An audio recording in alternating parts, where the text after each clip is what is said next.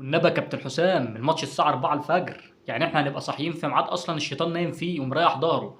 لعبتنا الرجالة والنبي الماتش الساعة 4 الفجر، يعني اللي هيبصبص غلط في الوقت ده عقابه عند ربنا كبير. طب اللي هيضيع انفراد ده ملوش توبة، باب التوبة مقفول. ما ترصليش اللعيبة كلها عند شوبير وتقول لي هلعب على التحولات يا كابتن حسام، ده شباب صغير برضه، خليهم يغيروا جو، وديهم نص الملعب يشموا نفسهم. وديهم 18 نيوزيلندا بيقولوا الجو هناك تحفة. اي حاجة في القطب الجنوبي حلوة حلوة. الجو ملبش يا كابتن حسام، قطر واخدة 6 وتونس واخدة 5 والنهاردة 4. مش عايزين نخش في الليلة دي يا كابتن.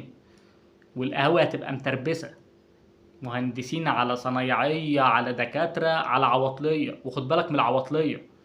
عايزين العاطل من دول يتفرج على الماتش يرتاح يطلع ينام، ولا ينحرف. ينحرف هو.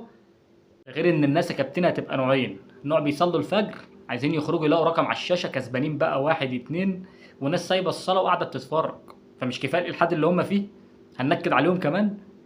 فربنا يوفقك يا كابتني ولعبتنا الرجالة، وليلتك بتضحك يا كابتن مصر.